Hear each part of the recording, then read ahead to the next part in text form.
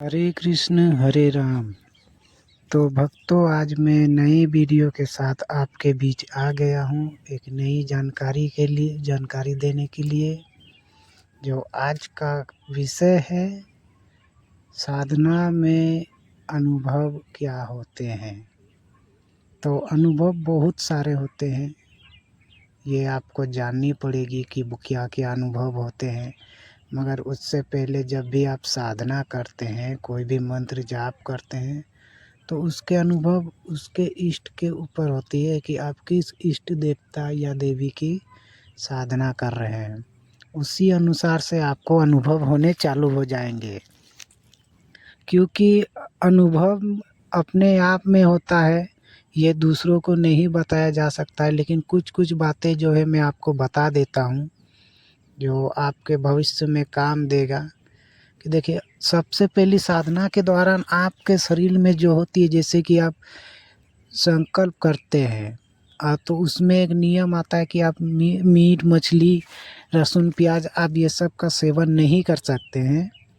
तो आप साधना के दौरान जब आप संकल्प करके बैठेंगे तो 20-25 दिन तो लगभग आपका सोचने में और जाप करने में, मंत्र जाप करने में ही बीत जाएंगे। और जब आपको अनुभव होंगे, उससे पहले आपका शरीर का जो अंग है, जैसे मान के चलो कमर, ये कमर का दर्द तो हर हाल में होना ही है। ये मेरा पर्सनल अनुभव है। कोई भी साधना आप करिए, इसमें कोई दोहराई नहीं है। लेकिन मैं गारंटी के साथ बोलता हूँ कि कमर का दर्द आपको होना ही होना है। और वो कैसे ठीक होता है, वो सिर्फ आपको गुरु ही बता सकते हैं। और मैं तो अभी आपको वो चीज़ नहीं बता सकता। लेकिन इतना मैं जानता हूँ कि वो कमर का दर्द जो होता है ना, बेहिसाब दर्द होता है। ऐसा दर्द होता है कि उससे ना आपका शरीर में जितनी भी ताकत है, वो ताकत आपका सब तोड़ देगा वो दर्द में। और दूसरी चीज़, वो सब पार होने के बाद आपको अनुभव हो जाएगा कि ये मेरे मंत्र के द्वारा ही ये दर्द हुआ है, नहीं तो उससे पहले दर्द नहीं करता था। तो ये एक पहला अनुभव आपको हर हाल में होना ही है। दूसरी अनुभव होगी आपको ये कि आपको उतना दिन मीट मछली में आपका खाने पीने में ध्यान नहीं था। तो दूसरे दूसरे पड़ाव में आपका ऐसा होगा कि आपको खाने पीने में बहुत ही ज़्यादा मन करेगा, क्योंकि शरीर को आप शुद्ध कर रहे हैं, जिस मंत्र को आप जाप कर रहे हैं, उसमें आपकी शक्ति की शुद्धिकरण हो रही है। जितनी आप माला की जाप करेंगे, जितनी मंत्र की संख्या आपकी ज़्यादा होती जाएगी, आपकी शरीर की शुद्धि उतनी ही हाई होती जाएगी, उतनी ही बढ़ती जाएगी। और उतनी ही आप के अंदर जो पहले से गलत चीज़ें बैठी हुई है, जो गलत ऊर्जा आपके शरीर में है, वो जाने के लिए जब रास्ता खोजेगी, तो वो सबसे पहले अपना एड़ी चोटी का जोर लगाएगी नहीं जाने के लिए। मगर मंत्र के बल के द्वारा उसे जाना ही पड़ेगा। तो वो आपको हज़ार प्रकार के दर्द दुख पीड़ा देंगे। लेकिन जब आपको उसमें एक फ़ायदा भी होता है कि आधे दिन की साधना के दौरान आपको ये फील हुई होगा कि आपके घर में जो गरीबी थी, जो दुख था, जो दर्द था, जो आपकी, जैसे कि मान के चलो काम-काज में ठप था, आपका घर में बरकत नहीं था, वो सब होने चालू हो जाएँगे। और तीसरी बात ये है कि आपके अगल-बगल में जितने भी जिसके नज़र में आप खटकते हैं, उसके नज़र में आप आगे बढ़ने लगेंगे और वो आपको देखकर कुछ भी नहीं कर सकते, क्योंकि आपके अंदर एक नई ऊर्जा की समावेश हो रही होगी उस समय। और उस समय आपको ऐसा अनुभव होगा कि आज मैं जो सोचूँगा, जो बोलूँगा वही होगा।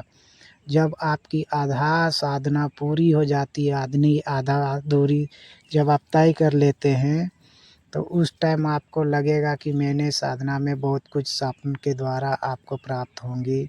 आप जिस भी देवी देवता की साधना कर रहे हैं, जिस भी देवी देवता की आप पूजा कर रहे हैं, जिसके ही आप मंत्र का जाप कर रहे हैं, वो उस देवी देवता की आपको स्वप्न में दर्शन होंगे।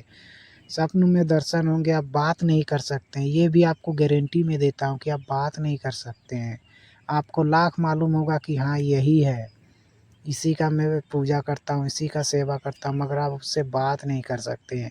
ये गारंटी के साथ है। आप लोग जितने भी भक्त हैं ये सब मानते हैं और समझेंगे ज़रूर, काहे कि उन लोगों के पास ये अनुभव ज़रूर होते हैं। जितना भी पूजा पाठ करते हैं ना, जो साधना नहीं भी करते हैं उन्हें भी ये एहसास होता है कि जिस भी देवी देवता की वो पूजा कर रहे हैं उससे जब सपनों में भेंट होती है तो उससे वो लोग बात नहीं कर सकते हैं, क्योंकि पता नहीं उसमें क्या होता है। उसमें गुरु का अनिवार्य होता है। उसके बारे में मैं बताऊंगा, एक नई वीडियो बनाऊंगा, उस टाइम में बताऊंगा कि आखिर उसमें हम लोग बात क्यों नहीं कर सकते हैं।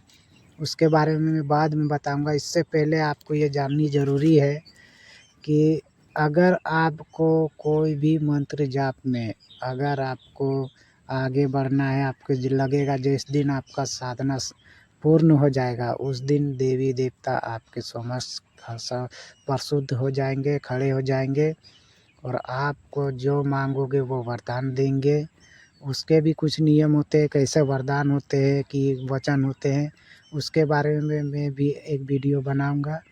फिलहाल आपको जानकारी अगर अच्छी लग रही है तो भाई को थोड़ा सपोर्ट कीजिएगा, क्योंकि मैं भी चैनल पर पहली बार आया हूँ, अभी कुछ मुझे ज़्यादा कुछ मालूम है नहीं। तो आप लोगों के सपोर्ट से ही मैं, अगर आप लोग जैसे कि लाइक करेंगे, कमेंट करेंगे, चैनल को सब्सक्राइब करेंगे तो भाई को थोड़ा प्रोत्साहन मिलेगा ना, तो भाई थोड़ा वीडियो और बनाएंगे, आप सबको जानकारी देंगे। जितना मुझे जानकारी है उतना मैं आप सब तक पहुँचाऊँगा। मेरा लक्ष्य यही है कि बहुत से मैंने ग्रामीणों में देखा है कि बहुत से भक्त हैं जिन्हें कुछ भी मालूम नहीं है, तो उन तक मैं अपनी बात पहुंचाना चाहता हूं कि देखो पूजा पाठ में कोई भी देवी देवता के आप करते हैं ना, आप यकीन मानिए वो आपको सपनों में जब भी वो आपके सामने आएंगे ना, आप बात कर ही नहीं सकते। ये सबसे बड़ा दुर्भाग्य होता है हम जैसे भक्तों के लिए कि सामने में होते हुए भी हम लोग बात नहीं कर सकते हैं उससे। मगर गुरु अगर हम लोगों का मार्गदर्शन करता है तो हम लोगों का बातचीत होने चालू हो जाता है।